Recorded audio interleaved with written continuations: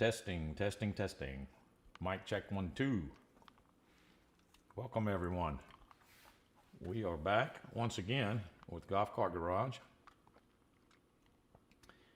It is Tuesday, Taco Tuesday, February the 3rd. If you're watching us on YouTube on February the 3rd at 12 noon Central Time, you are watching us live.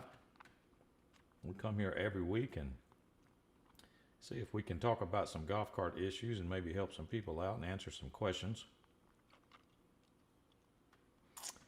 I am also a member of the GHOD program that we have at Golf Cart Garage. That stands for Gearheads on Demand, where you can actually schedule a call with me, a phone call, and I'll call you one-on-one.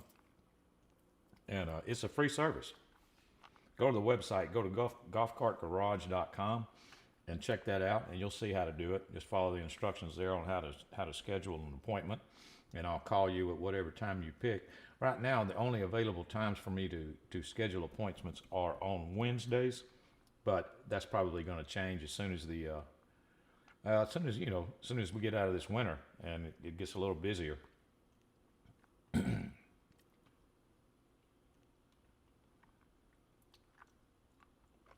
Okay.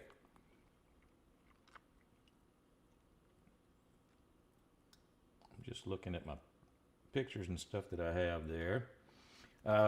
David Irwin, good afternoon. Hopefully everyone's doing well. We are finally able to get out of this iced up neighborhood. I was finally able to leave day before yesterday. So even after last week's show, I still haven't left until just day before yesterday. That's the first time I was able to leave safely. So we had a warm day yesterday, so a lot of ice melted yesterday, so everything is cool now. The roads are clear. I can pretty much go anywhere I need to now, but this just happened recently.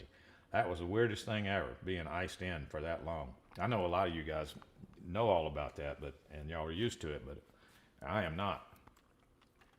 That was very strange. Galactic Technologies, what's up, Daniel? Gene Hansen, warmer today, 24 degrees. Please give Tim a like. Thank you, sir. Yeah, get the likes up, guys, if you don't mind. It does help. Hey, Tim and all the gearheads. Ricky Smith, what's going on, Ricky? Kirk says, send us some heat in Bradenton. 60 degrees. You want some heat? I wish I had some 60 degrees here. We actually probably did get to 60 yesterday. That was kind of crazy. You go from, super icy, everything's completely frozen, to a 60-degree day. Galactic says, super cold, icy, and snow here. It's like an Alaskan winter. Larry Z, hey gang, it's currently 53 and overcast in Cabot, Arkansas. See, that's about where I'm at here. So Larry's in the same place, general area that I am. So that's what we're dealing with now. Stock market is crashing. Crypto is crashing. I don't know what's going on. Hope everybody's portfolios can stay green. Bruce, I am helping a friend who put a lithium battery in a 2000 club car, model DS. What does the positive cable connect to? Well, if you mean the main positive cable, it connects to the main positive cable of the lithium, the main positive post on the lithium battery.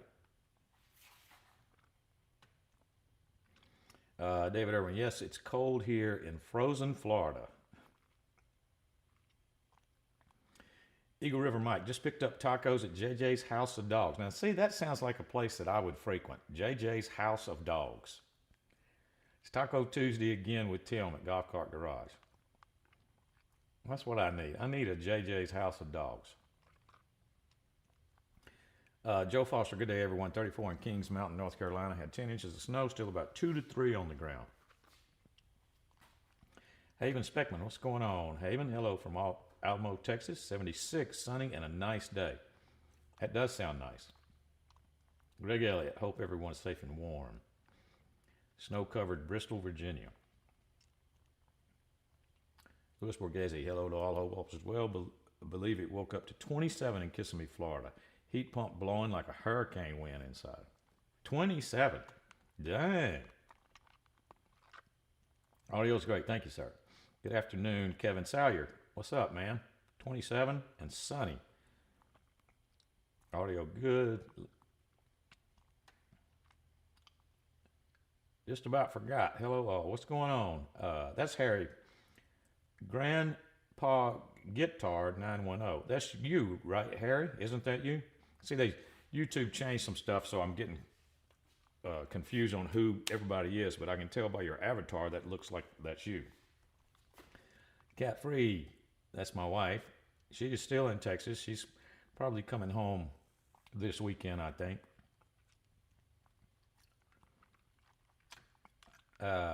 That's Rhea. Good afternoon, fellow Gearheads. Bart Gilman, good afternoon from sunny Northern California. What's going on, Bart? Greg Elliott. Audio good, and you look better today, Tim. Prayer works. Well, thank you, Greg. Thank you for the prayer, and I am better. I am a little better. I wasn't good for a while there. I can tell you, I did not feel good for a while there. And for the last couple of shows, I actually did not. Gary England. Hello, everybody. Joe Foster Coffee and GCG. Larry England. Got Gary and Larry. Jerry Kelly. What's going on? Grandpa Guitar. Yeah, that is Harry. Okay, cool. Harry Fike.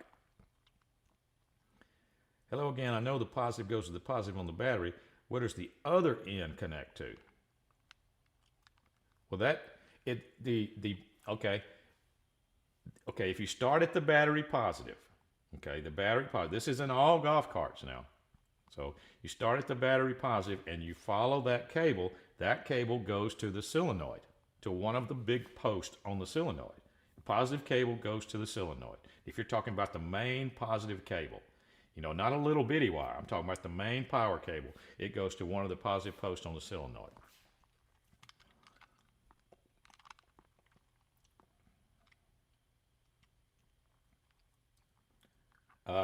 Mike.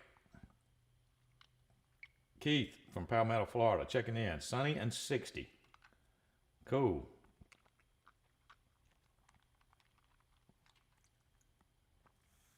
All right. I don't think I have anything else here to talk about before we get started with regular questions.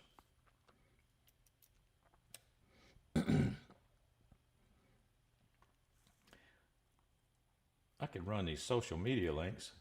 Haven't run those in a while. Wasn't sure if they were still active, but I think I found out that they might be. So we'll go ahead and run those. But follow us on YouTube and Facebook, if you would. If you haven't already, give us a thumbs up, give us a like if you hadn't done that, and also subscribe.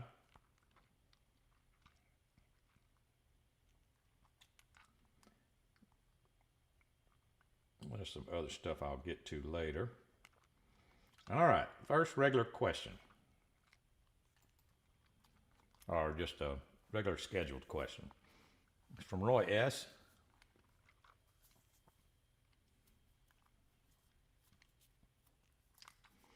I have an older E-Z-GO golf cart, will not start. Pressing the pedal and I hear clicking from the solenoid. Had the solenoid tested and it is good. Is there a sensor somewhere that can be bad? The battery is good. Okay, Roy S.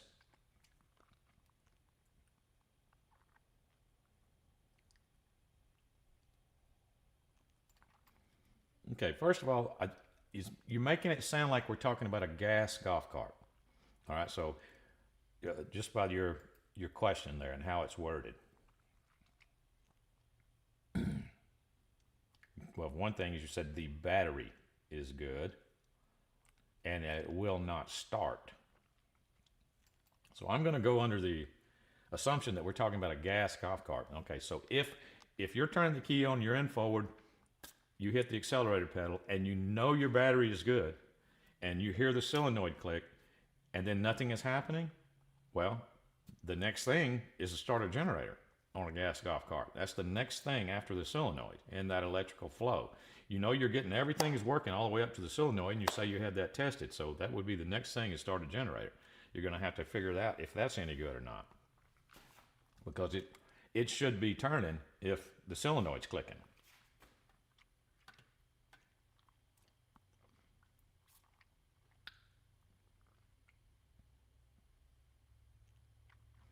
Keith from Palmetto, Florida, checking in. Sunny and 60. I got you, Galactic. Been doing plow truck repairs lately, and doing the sewing thing.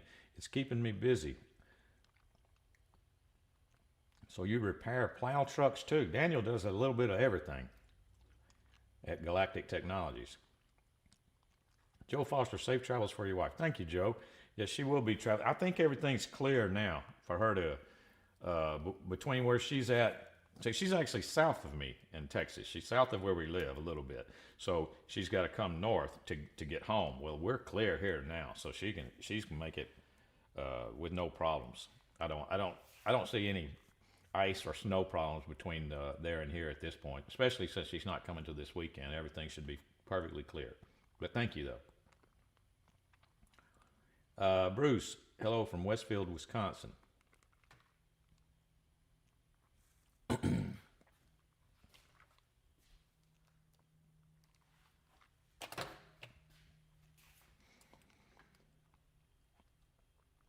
Go to question 2. Question 2 is from Eric. I have a late model 2000 Club Car DS. My problem, when I press down on the accelerator, it takes a little bit, but then it takes off. But I have to let up, then go at a slow pace, no gradual acceleration. Then as I'm going along at my slow pace, I want to accelerate. It's not a linear acceleration. It hits a point where it jumps into hyperdrive. In reverse, I have to keep feathering the accelerator to back up. There is no slow speed backing up, just fast. Is there a problem with the controller? Thanks. Number 2 is 2000 Club Car DS from Eric. Okay, 2000 Club Car DS could be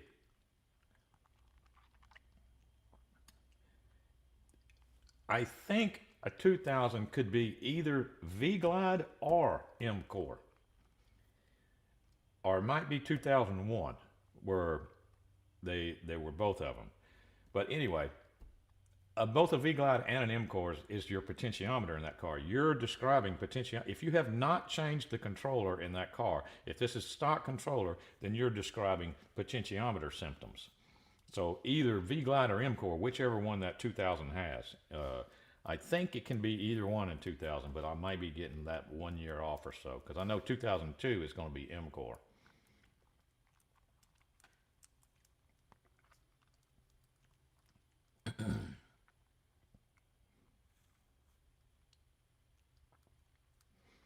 Number 3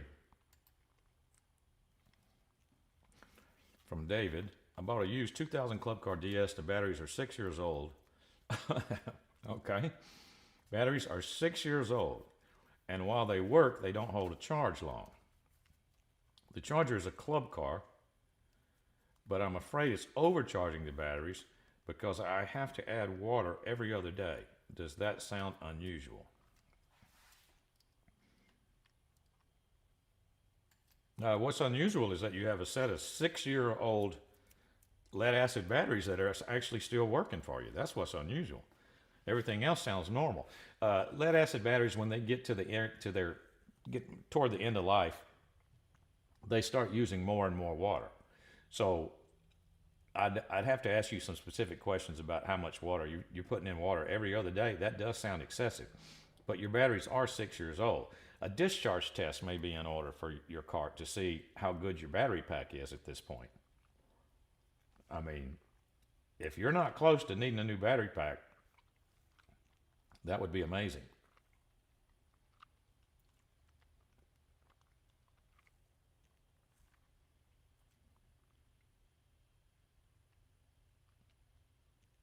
Number 4.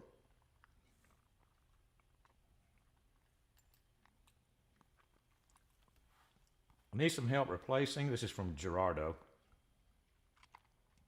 the electric motor bearing on a 94 Marathon after being partially submerged by a hurricane. The motor runs, but the bearings are making a growling noise. I would like to replace them, but I can't find any threads here describing the process. I can remove the motor, but I'm hesitant to disassemble it before I know how to reassemble it. My main concern is how to get the brushes back in. The motor is a D&D, so I'm assuming that the bearings are the same as the stock GE it came with. I would like to know if I will need a press to remove or install the bearings. Any advice is appreciated. Gerardo. Okay. First of all, I would not assume that the bearing is the same bearing as in the GE. I would not assume that. I would wait until you get to the bearing and take it off, and then you get the number off of it. But oh, and by the way, something else you said. You're probably only you probably only have one bearing that is causing you all this growling noise. And it's the motor bearing. In your motor, once you remove your motor, there's only one bearing in there. It's the armature bearing. They call it the motor bearing or armature bearing. It's only one bearing. And don't be afraid to disassemble the motor. There's only, if you take the brushes out of the equation, there's only like 3 parts to the thing. So it's not really that big a deal to disassemble the motor. The bearing should come out relatively easy, but if the motor was submerged, it could be stuck. So you're going to have to, I wish I could show you what I did the other day. I did that with a motor the other day. I put the motor upside down and then tapped on the armature right through the bearing, and boom, the armature came right out. You know, put the armature, have something so the armature can land on softly, and tap on it, boom, and you can tap the armature out of that bearing and get that out of your way. Then you can see your brushes and you'll see the motor bearing in the end of the motor. It's hard to describe if you've never done it before, but don't be intimidated by the process is what I'm saying. It's not that big a deal.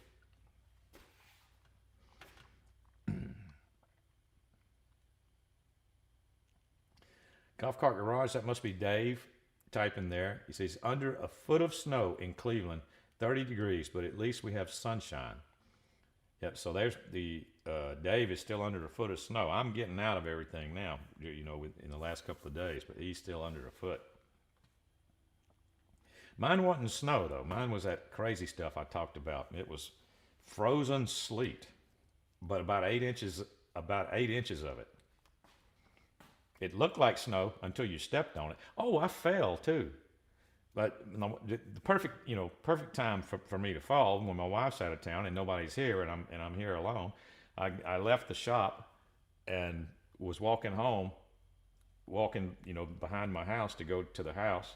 I think this was after the show last week, and I fell on that ice. I really did. I didn't hurt myself, luckily, but I got to thinking about it as I was laying there for a few seconds, saying, "Oh man, that was stupid." You know, I could have really messed up, and because there's nobody there, and no one would have been able to come get me because they couldn't get to my neighborhood, couldn't get up in the hills in my neighborhood. So you got to be careful. You don't think about things like that. Louis Borghese, he said check for water in the differential also. Yeah, I'm assuming he's going to do that because if the motor went under, then the differential definitely went under. And Hurricane could possibly be salt water, so I'd change all that out. But just that one bearing in that motor can make a huge amount of racket. Dave says, posting our highlights of the PGA show in Orlando last month today or tomorrow. We got to meet the governor and a really cool robot. Dave went to the PGA show. I couldn't make it just because of everything I had going on with my father-in-law and Dino too, by the way. But Dino's good. You know, my father-in-law did pass away, but Dino is still with us. But I couldn't commit to traveling because I needed to help with that. I couldn't. I wouldn't have been able to go anyway because I was iced in. I couldn't have even left. So it was crazy. But Dave did end up going to the PGA show. And they're going to post some pictures and stuff. I should have some pictures I can show from that maybe next time.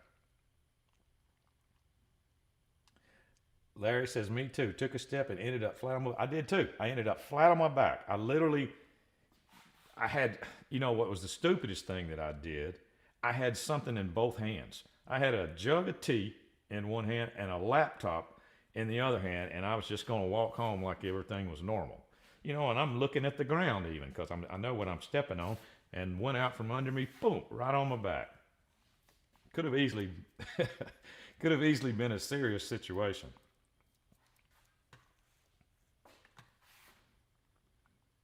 Anyway, I started taking a different route after that happened. When I was going to walk back and forth from the house to this shop.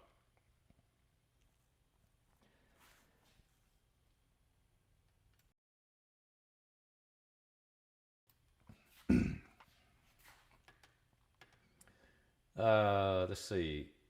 Dave says it was 4 below when he dropped the car at the airport to go to the PGS. It had to open the door to scan it at the parking lot because the window was frozen shut. Yeah, there's no way I could have even left my neighborhood. Howie Peach, hey Tim, 25 in Ontario, Canada. What's going on, Howie Peach? Thank you for dropping by, man. Number 5. This is from Simon. I just ordered new OEM front and rear shocks for my G1. Okay, kind of a red flag right there already. OEM front shocks, front and rear shocks for a 30-year-old golf cart? Did so because you can feel the bumps big time. What I need to know is whether I will need to use a spring compressor when I change them out. Thanks in advance. No, you will not need a spring compressor to change out the shocks. Those are called coilovers. What a G1 has, they have coilovers, and all you need is a floor jack. You know, just jack up your car a little bit and loosen up the shock, and it's not like the shock's going to spring open, you know, on you and go fly everywhere. All 4 of them are easy on a G1 with a floor jack. But I doubt you got OEM front and rear shocks. Maybe you did find those somewhere, but that'd be a trick to get OEM for a 30-year-old car like that. Probably an aftermarket.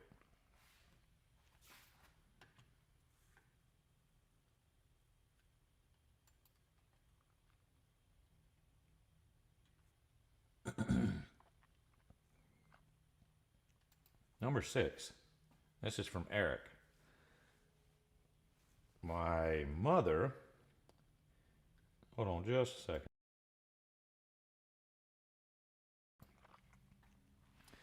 My mother has an E-Z-GO electric cart with lots of unknowns, such as the year can't be found, and it has been pieced together from a bunch of parts. But she recently started to have problems with the forward and reverse switch, saying that she literally has to get out of the cart to change it, and it's hard to do that, and she would like an easier replacement one. I told her I would start checking around, but I'm unsure what is needed. Are they a standard item?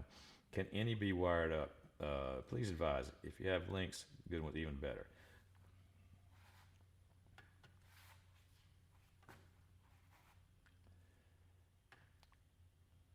Okay, Eric, from what you're telling me, I'm pretty sure your mother is going to have either an E-Z-GO Marathon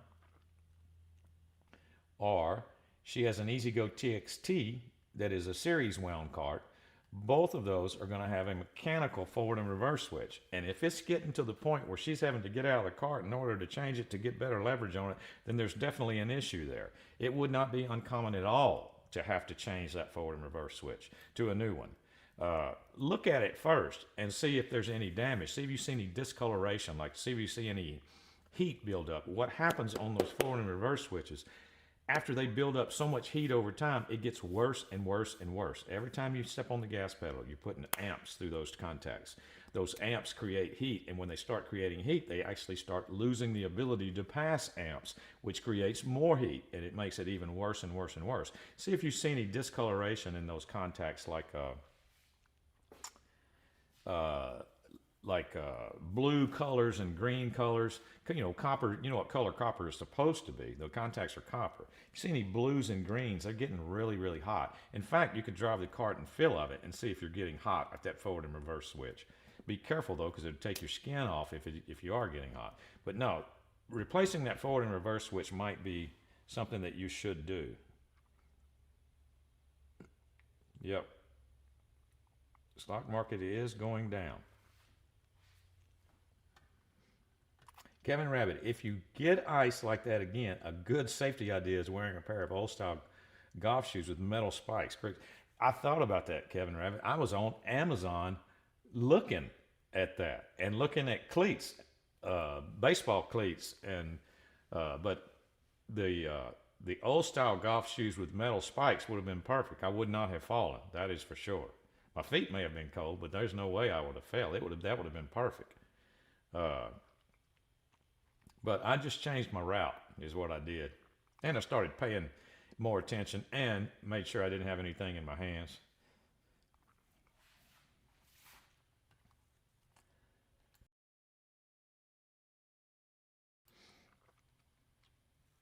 Oh, there will be some different things next time, if there, is a next time with it with this ice. I got to go check on our boat uh, today or tomorrow because today is the first day they sent an email that they are allowing people to go check because for up until today, all the boat docks were closed because it was a safety hazard because they had ice and stuff still on top of them because some of them collapsed on top of people's boat. Mine did not collapse on top of my boat, but I'd like to go see if it did or how close it got or if there was any damage. So they just sent out an email today saying that people are allowed to go down and check their boats now.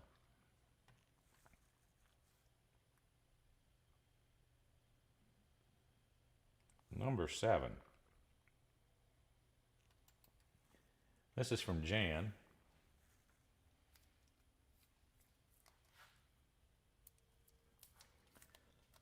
I have a 2007 EasyGo TXT 36 that I upgraded with an Alltrax 400, heavy duty solenoid, 4-gauge wire, and now a heavy duty forward and reverse switch. Have no improvement in speed or torque, and it will not reverse. It vibrates, and the motor is getting amps, but no movement. Tried switching the old back in and did the same thing. This has occurred only after the switch change. Wires were marked and installed as before.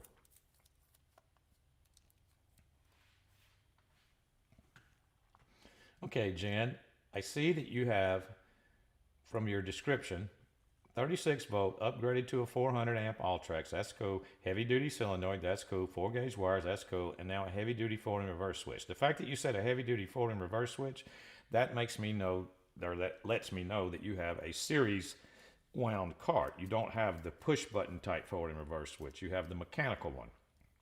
Now, that being said, you did nothing to your cart that you should have seen any improvement in speed or torque. There's really nothing that you did that would have improved speed or torque. Maybe torque, maybe a little bit of torque because you got an Alltrax 400 in there. But on a series wound cart, you could put an Alltrax 900 in there or a 1000 and it would not give you any significant improvement in speed. So see, it vibrates. Okay, so you're losing connection somewhere, and you said it only happened after the switch change. So you are losing an amperage connection at the mechanical forward and reverse switch somewhere. Should be able to see it. Like when it starts vibrating, you need to be looking at your forward and reverse assembly under the seat, and I wouldn't doubt it if you would see some sparks happening in that area. Now this is, of course, this is assuming that your batteries are okay. Eagle River Mike, I was talking about our pontoon boat, at the dock where our pontoon boat is, kind of, it basically sunk. It's a floating dock, and it sunk and touched the top of our bimini. So I got to go see if any damage there. Kurt, if you need to carry your laptop and tea, how about a backpack? Well, yeah, that's easy to say, hindsight, Kurt. Thank you. Yeah, I should have had a backpack. And I do. A lot of times I have a backpack with me. I just didn't that time. That's why I said it was stupid what I did.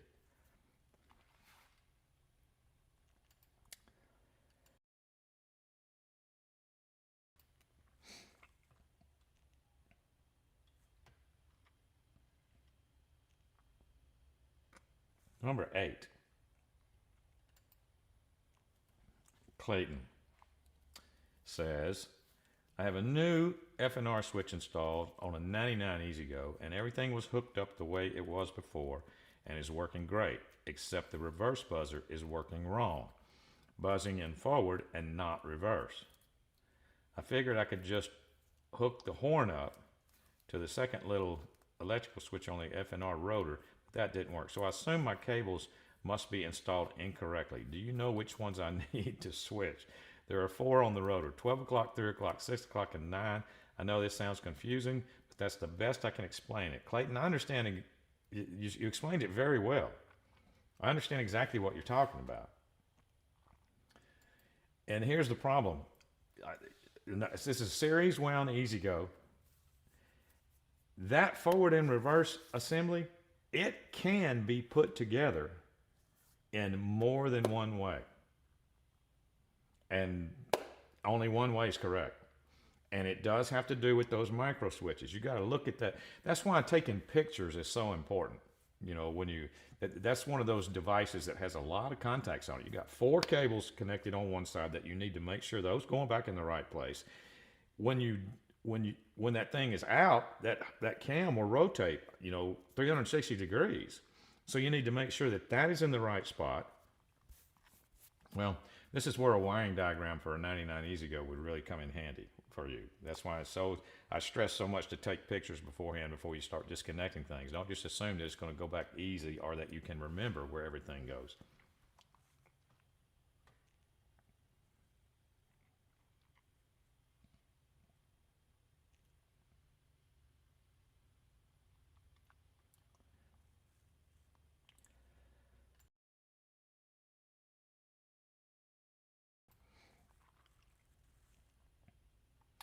Number 9. I got some pictures too. D-Max, are you in the room?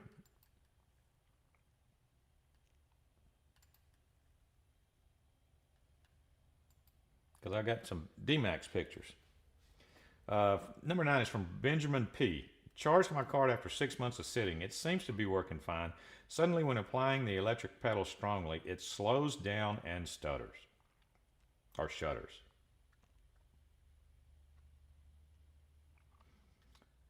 Cleaned all cables and charged batteries. Still a problem. Any suggestions? It's a 99 EasyGo cart. Well, Benjamin, you have a battery issue, that's for sure.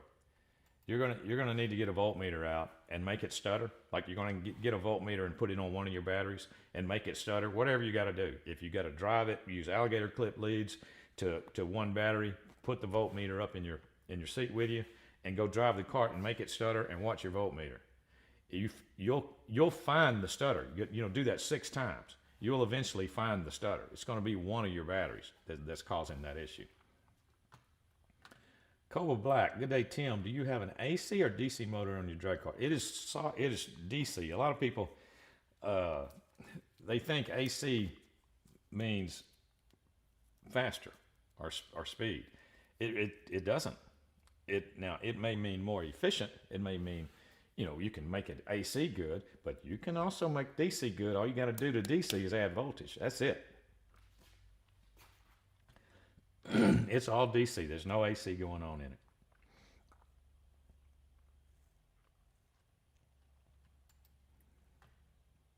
Number 10 from Bert. The cart mechanic bypassed my governor and the rev limiter on my 97 DS club car to give me optimum speed. Is this a harmful performance idea? Thanks.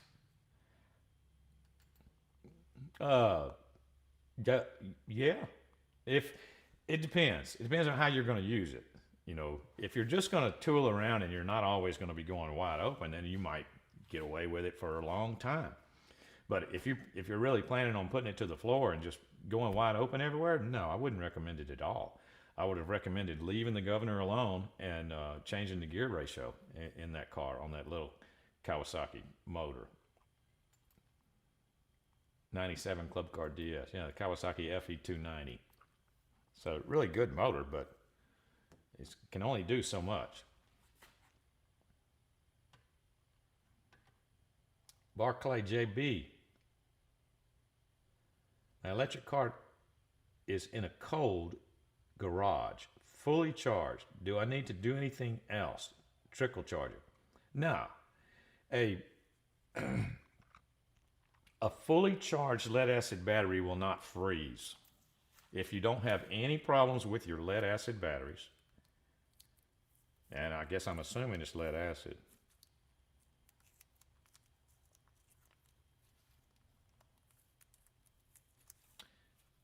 Yeah, 0 degrees Fahrenheit. No, that's it.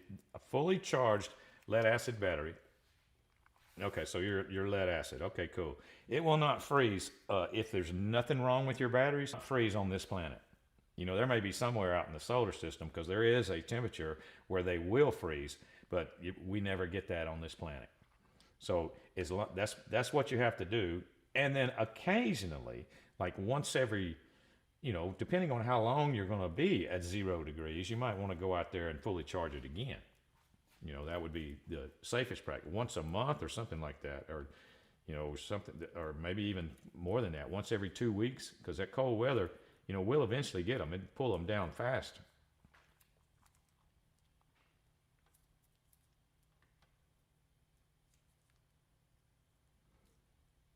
Okay.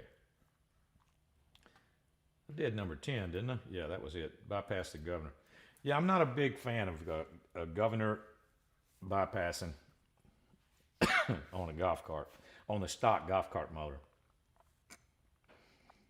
There comes a time where you need to go ahead and just get another motor. Okay. Let's see some pics. D-Max sent me some pics. I don't guess he's in the room. I haven't seen him, or I don't remember.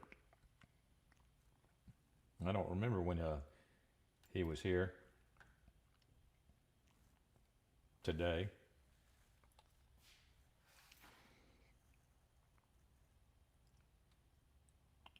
Where's my pics here? He sent me some before and after pics of a golf cart. There, that's the before picture. You know, looks like a stereotypical cart. Still got the golf course cart number on it. Probably came from a, I don't know, it could have come from a golf course situation just as a people runner. And could have come from a resort, you know, where they had several carts. I don't remember what he told me in the email, but that's the before pictures. Perfectly fine, by the way. Perfectly good Club Card DS. Hey, Ron, what's up? Didn't realize it was this late.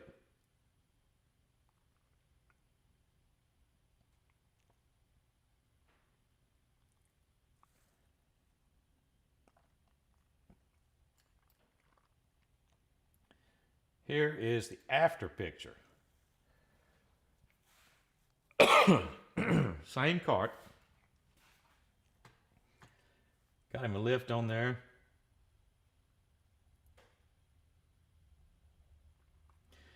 Sir Walter, yeah, it's got back seats and no bag holder. It's what I said about it. You know, it could have come from a golf course. They have golf courses, depending on how big they are.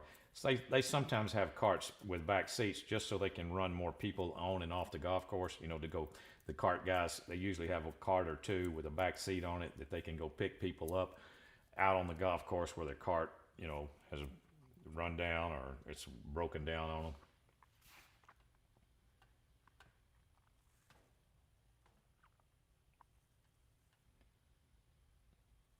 And remember last week, I was talking about, or we were talking about how I was iced in here, and we were talking about vehicles, and we talked about popular vehicles or some vehicles that are good in snow and ice.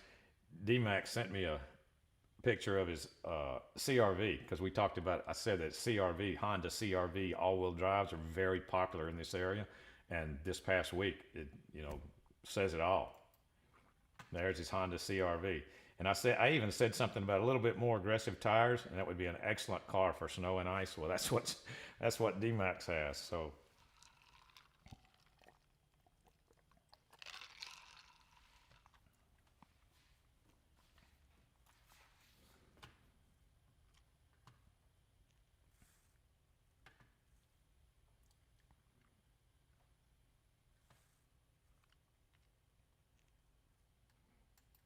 All right, cool.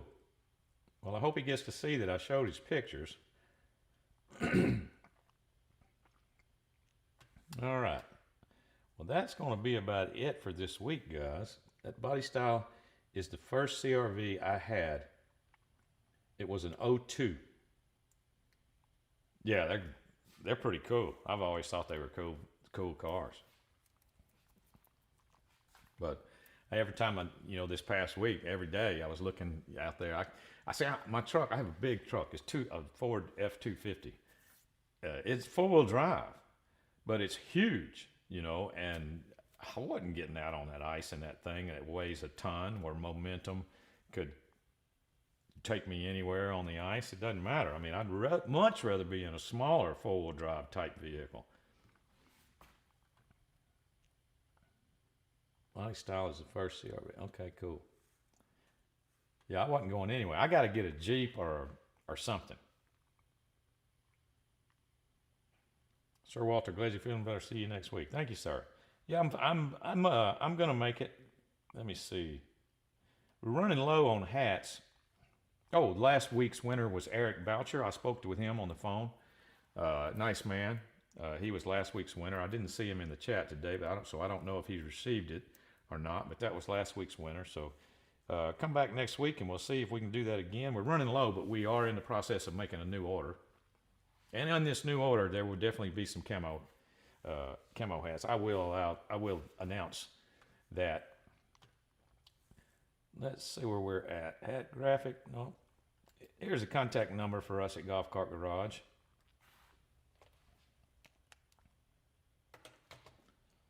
There's the phone number.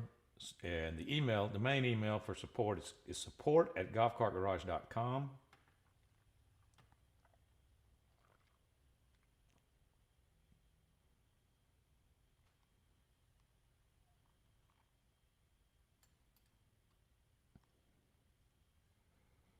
Here's my email. If you would like to send me some pictures, golf cart situation, dog situation.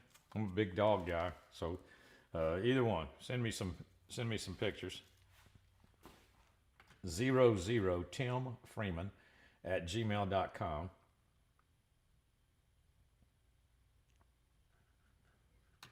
$45 now and just 3 thumbs up. Give me a like and thumbs up, guys. I appreciate it. I'll leave that email up there so you can send me some pictures.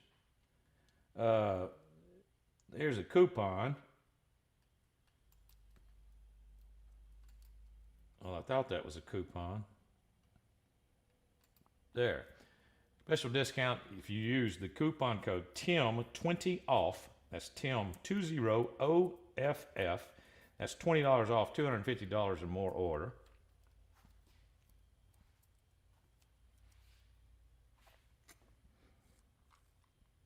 Hey, Aaron, our puppy is only 7.5 months and is 85. Cool. Send me some pictures of him. I know I had a picture of him riding on the golf cart before, but send me just straight up him. I love big dogs. I think they're cool. I don't like small dogs. I like big dogs. My wife and I are lucky. Our lifestyle. Not everybody can have a big dog, because they live in an apartment or their living situation wouldn't be conducive. But we're lucky that we would be able to take care of a big dog. And Dino, was a big boy all of his life. He's a little smaller now, but Dino used to be 85 when he was younger. As he's gotten older, he's kind of lost a little bit. That's pretty big, though. So yours is 85 at 7.5 months. Cool. Also, there's another announcement of another sale or coupon type thing that right now all of our chargers are $25 off. So go to golfcartgarage.com and look at chargers if you're in the market for a new charger. There's across the board $25 off on chargers. That's good until February the 14th. So go check that out.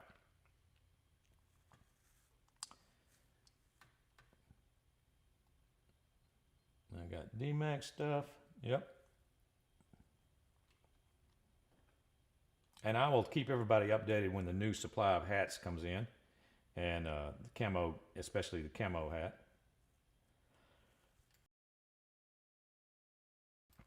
Okay. Thanks everybody for showing up. I really appreciate it. Hopefully we will be back next week if nothing goes wrong. I'm glad we're getting out of this weather. My wife should be home by then.